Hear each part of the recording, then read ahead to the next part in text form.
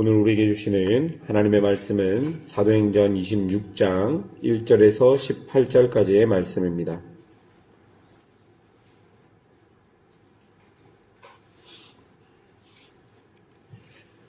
사도행전 26장 1절에서 18절까지의 말씀, 우리 한 절씩 교독하시고 마지막 절 함께 읽겠습니다.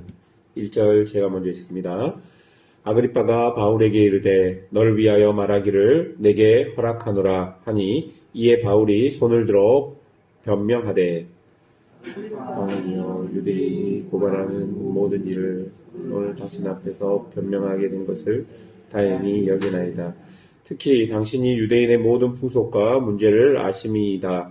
그러므로 내 말을 너그러이 들으시길 바라나이다. 내가 처음부터 내 민족과 더불어 예루살렘에서 젊었을 때 생활한 상황을 유대인들이 다 아는 바라. 일찍부터 나를 알았으니 그들이 증언하려 하면 내가 우리 종교의 가장 엄한 파에 따라 바리새인의 생활을 하였다고 할 것이라. 신문을 받은 것은 하나님이 우리에게 약속하신 것을 바라는 까닭. 이 약속은 우리 12지파가 밤낮으로 간절히 하나님을 받들어 섬김으로 얻기를 바라는 바인데 아그리빠 왕이여 이 소망으로 말미암아 내가 유대인들에게 고소를 당하는 것이니이다.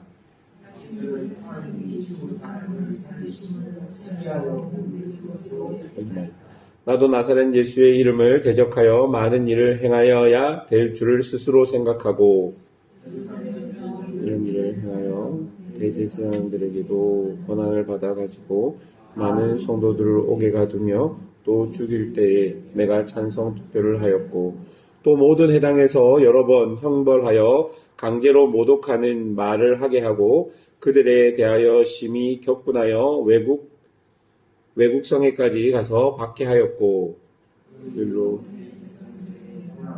이임을 받고 다메섹으로 갔나이다. 왕이여 종호가 되어 길에서 보니 하늘로부터 해보다 더 밝은 빛이 나와 내 동행을 불러 비추는지라. 우리가 다 땅에 엎드려짐에 내가 소리를 들으니 히브리 말로 이르되 사울아 사울아 내가 어찌하여 나를 박해하느냐. 가시채 뒷발길을 하고 내게 고생이니라.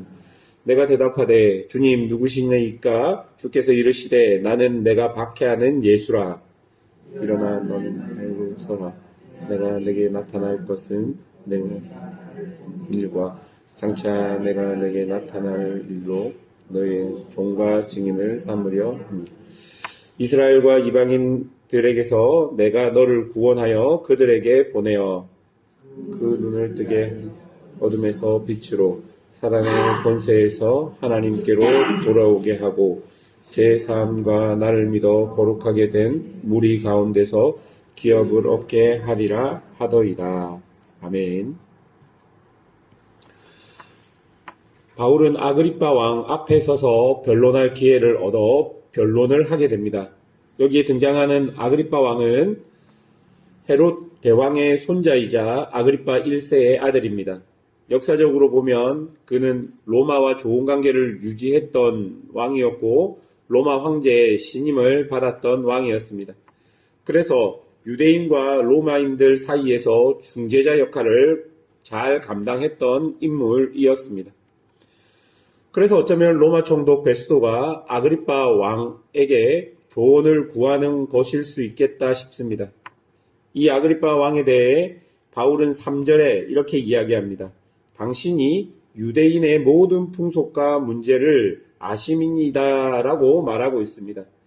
아그리빠 왕은 어느 정도 유대 배경에서 자신의 증언을 잘 들어줄 수 있는 사람이라고 바울은 생각했었습니다.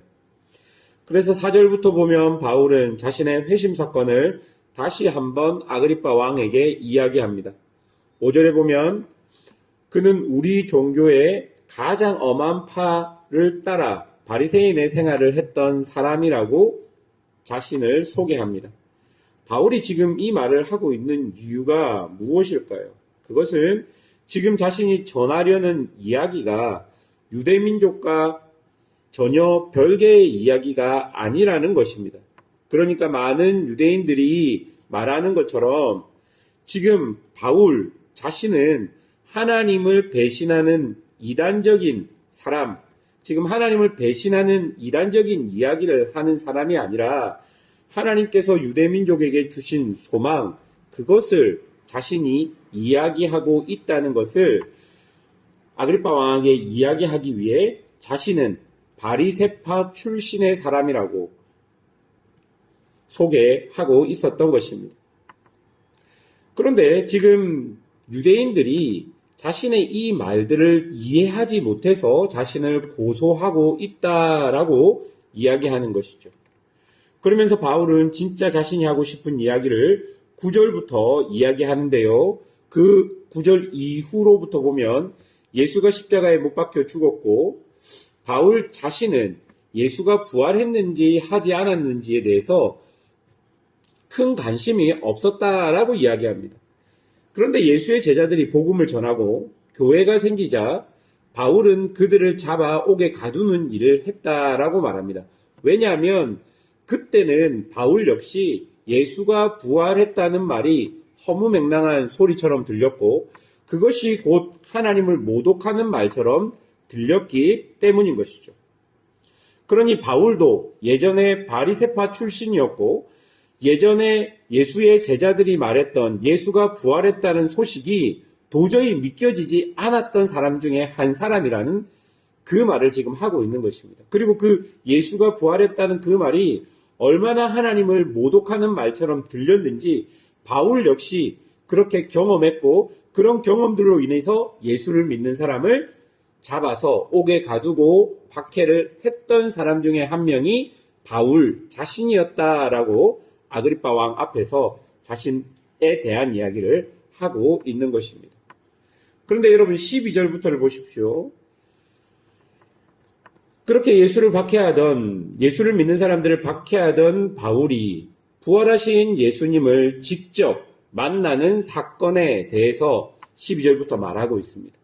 그리고 15절입니다. 내가 대답하되 주님 누구시니까? 주께서 이르시되 나는 내가 박해하는 예수라. 바울은 그토록 믿지 못하던 부활하신 예수님을 환상 중에 만나게 되고 16절을 보면 그 예수님께서 자신을 종과 증인으로 삼았다라고 말합니다. 그리고 예수님은 그에게 사명을 주십니다. 그 사명이 17절에서 18절에 기록되어 있는데요.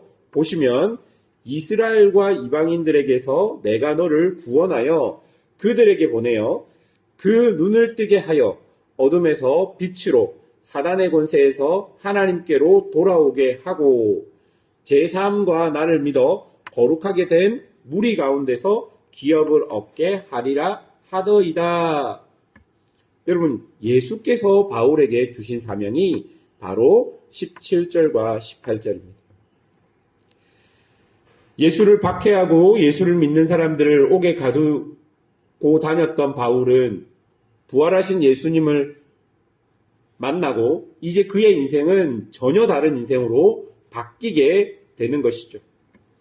예수 믿는 사람을 잡으러 다녔던 바울은 이제 예수를 증거하기 위해 이곳 저곳으로 다니던 사람이 되었고 예수를 몰라 어둠 속에 있는 사람들에게 예수의 빛을 알리는 사람으로 예수님이 그렇게 불렀다라고 17절과 18절이 이야기하고 있습니다. 여러분, 바울에게 예수 그리스도의 부활이 실제 사실이었기 때문에 17절과 18절에 주신 사명대로 바울은 그 어떤 어려움이 오더라도 주어진 길을 갈 수 있게 된 것입니다.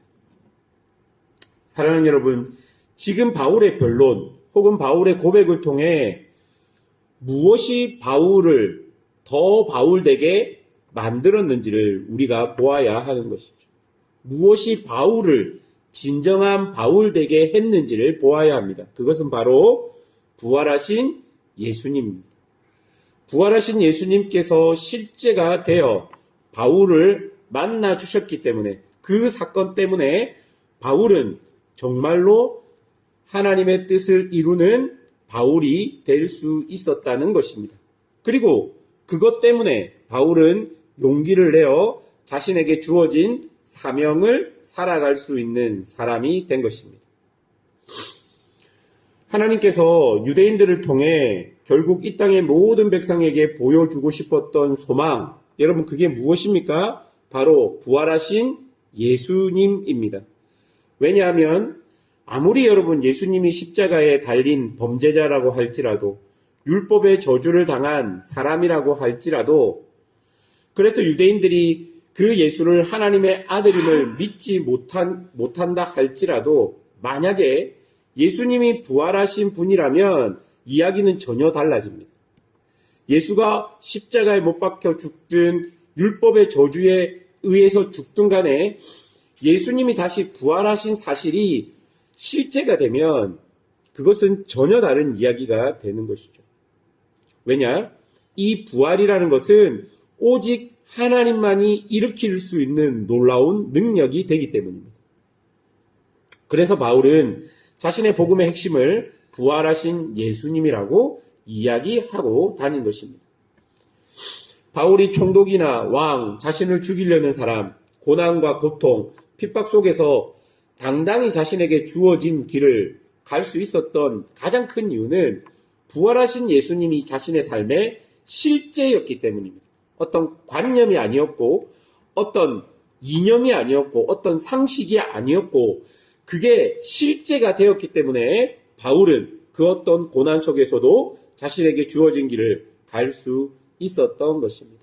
그 부활하신 예수님을 실제로 만나서 그 예수님을 진심으로 믿었고, 그리고 그 부활이 나에게도 똑같이 적용되고 있음을 알았기에 바울은 그 어떤 길도 용기 내어 갈 수 있었다라고 바울이 오늘 이 변론에서 이야기하고 있는 것입니다. 사랑하는 여러분, 예수님의 부활은 우리의 부활입니다. 예수님의 부활이 실제가 된 바울은 정말로 죽음을 두려워하지 않는 용기로 예수님께서 주신 사명을 살아갈 수 있었듯이 지금 오늘날 예수님을 믿는 우리에게도 이 예수님의 부활은 우리의 실제가 되어야 합니다. 우리의 삶의 고통과 어려움들, 우리가 신앙생활을 하는데 세상 속에서 결코 만만치 않은 모든 아픔들, 그리고 걱정들, 근심들, 이런 것들 있음에도 불구하고 우리가 오늘 신앙인으로 살 수 있는 가장 큰 이유는 부활하신 예수님의 그 부활이 우리의 부활이 되었기 때문입니다. 그렇기 때문에 죽음도 우리를 막을 수 없고, 그리고 고난과 핍박도 우리를 막을 수 없고, 걱정과 근심도 우리를 막을 수 없는 것입니다. 요한복음 11장 25절과 26절은 이렇게 이야기합니다. 예수께서 이르시되 나는 부활이요 생명이니 나를 믿는 자는 죽어도 살겠고 무릇 살아서 나를 믿는 자는 영원히 죽지 아니하리니 이것을 내가 믿느냐. 오늘 바울의 변론을 통해 본문이 그리고 예수님이 우리에게 동일하게 질문하는 것은 바로 요한복음 11장 25절과 26절의 말씀처럼 그 예수의 부활이 나의 부활이 됨을 내가 믿느냐라는 질문이 본문이 우리에게 던지는 가장 중요한 질문입니다. 부활이 실제가 된 바울의 삶을 통해 우리가 오늘 살아갈 때 정말 우리는 부활의 삶을 살아가고 있는지, 그 부활을 실제로 믿고 있는지 오늘 이 새벽에 하나님께서 여러분에게 물어보신다라고 생각하면 될 것입니다. 사랑하는 여러분, 오늘도 이 부활하신 주님을 신뢰해야 할 것입니다. 그래서 왕 앞에서도 당당하게 예수의 부활을, 그 복음을 전했던 바울처럼 우리도 세상 속에서 당당하게 예수 그리스도의 부활이 우리의 것이 되었음을 믿고 그렇게 살아가시는 성도들이 되시기를.